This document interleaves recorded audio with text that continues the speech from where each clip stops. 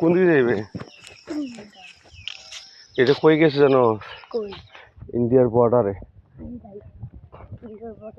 ইন্ডিয়ার বর্ডারে যাবো না। কত সুন্দর রাস্তা।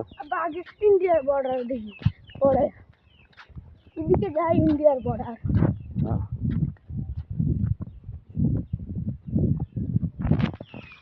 তো সুন্দর, তো সুন্দর। দেখছো কাঁঠাল, সিলেটে এই কাঁঠাল এই 100, 150, 200 বিখ্যাত। আর এই হবিগঞ্জ মাধবপুরে এই কাঁঠাল 30-40 টাকা। দেখছো?